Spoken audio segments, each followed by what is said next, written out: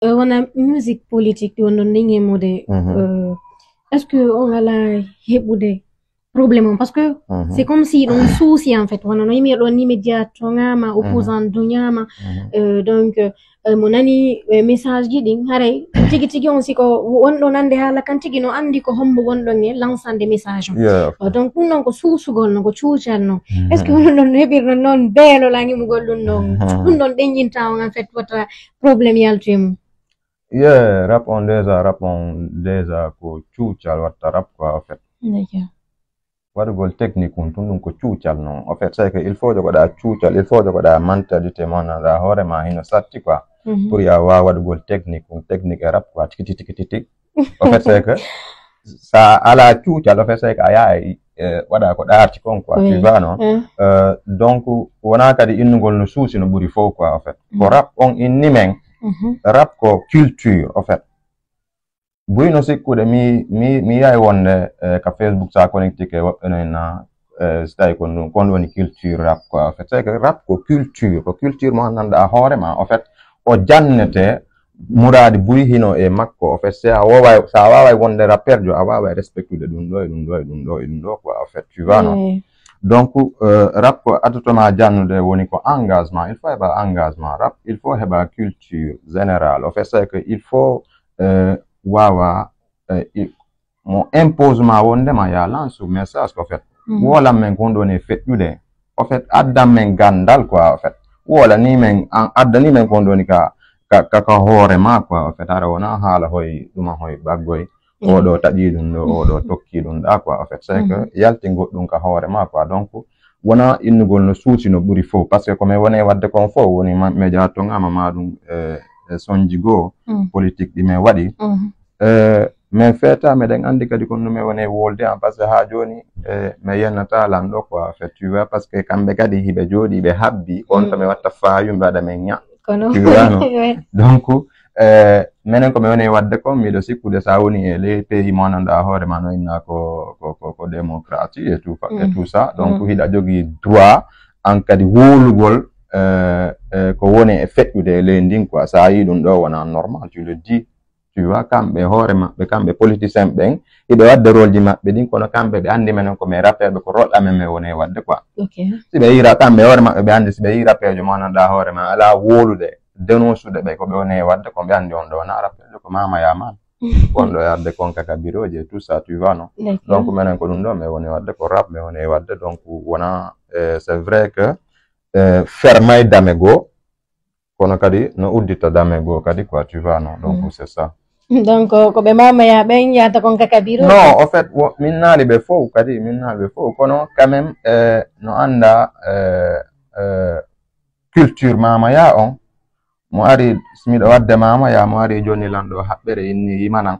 mi yimaya simi anda mama soro ma mi waccayɓe tu vois donc c'est ça ko noon culture mamaya on quoi en fait rap on noon wona e on sens ɗo woni yaarude kañum quoi rap on awatalan jonde ɗo milliard yinnawi mi woluɗo ko wona gonga mi wata wadde ɗum ɗon par ce que rap on innimi ɗum ɗo wata wonde jonno simiɗo respecte culture on mi wata trahisude ɗum ɗon quoi en fait c'est que haray simi jooɗike haray mi wona tranquille donc meɗa yiɗi waɗugol hunde simin gayni hara meɗe woni tranquille muɗum meɗe woni fiére muɗum ko ara min ɓugginotako quoi ok encore artiste jombo inspirata ma en fait artiste jo hombo inspirata lan oui bon avant miɗo fuɗɗade rap min presque ko la plupart ko rap Sénégal mi ɓurata écoutude par ce que ko ton mi jandi to mi andi tu vois miɗo écouta noon français ma ɗum américain ɓen et tout ça kabe par ce que no woodi kabe ko hoccata e ko ɓe woni wadde kon quoi tu vois rappeur jo an on komi avant miɗo fuɗɗade ko Daddy Bibson rappeur jo sénégalais jo inde an nden no iwi Rebel Michael no iwi e rappeur jo inneteɗo Gaston on ɗon kadi ko old school rapper wonɗo e wadde rap Sénégal ni mo produisude kanko innayno kanko woni Bandi Mike kanko ko innayno kanko woni Bandi Mike on quoi min kadi mi inni simi wonoyi rappeur jo mi wona da rebel night tu vois donc non affaire on arde en quoi en fait donc ko mi yan fu de yeddugol micro be landi la hondo ni sirno on ari ay mi bon mi neta rebel night modi tu vois donc ça kono affaire on arde quoi rebel night ko ngardi oui kono mi jogori murando ha joni quoi tu vois d'accord d'accord ay bandi mak yalti to yalti rebel night mina mi calcule min bandi on ara ko rebel on buri wonde chaki quoi tu vois rebel on buri musu de quoi donc ati ma rebel on quoi tu vois donc on affaire on arde d'accord problème là ange muslim si ɗo gimude ko hombo addata ideji ɗin kamu kala mo gadda ide kabe feere ko muslim woni en fait woni leader on ka groupe quoi en fait tu vois non parce que Mouradou si ala hoore wata yaade tu vois ça yi groupe di boy yabi problème parce que mo be hino podu de quoi en fait mané wonano déjà ko famille tu vois la plupart des sons comme woné wadde kanko no wonani ma facile e bugol ideji di ni madu wadugol non c'est que ko mi anda on mi wata ma expliquer ande bono genre ko mentalité on quoi en fait genre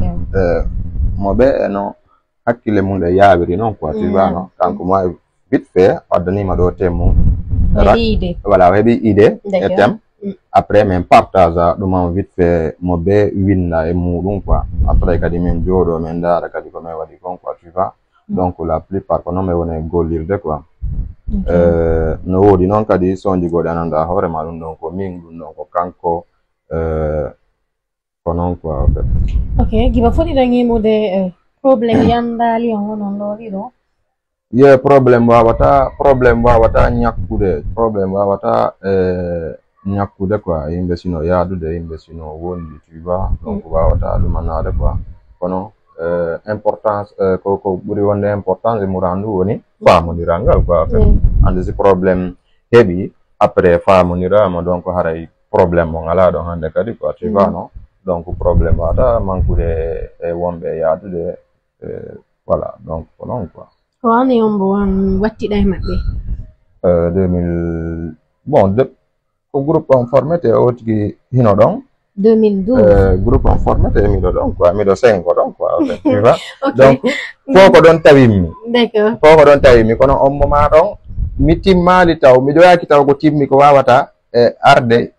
tawta ko be woni wadde kon quoi tu vois donc il fallait que min kadi mi wawa timminde dum don quoi donc si tawi an e hoorema a tawa e haray no woodi ko manquamma donc il faut liggoɗa ɗum ɗon ko liggatu watama hokkude ɗum ɗon après liggoɗa ko annduɗa hoorema après waway sa ari a dewtike ɗon sa e ndeynuɗa heewoɓe anda karejo wooli quoi tu vois donc ko ɗum ɗo watta différence on quoi ko ɗum ɗo kadi watta charme groupe on quoi en fait par ce que mo be ino woodi ko jogiti ko annduɗa hoorema en fait oda si addi après ko ɗum ɗo waɗata après yimɓe ɓen so écouti ɓen ye ko wen ala no ɗumani quoi ok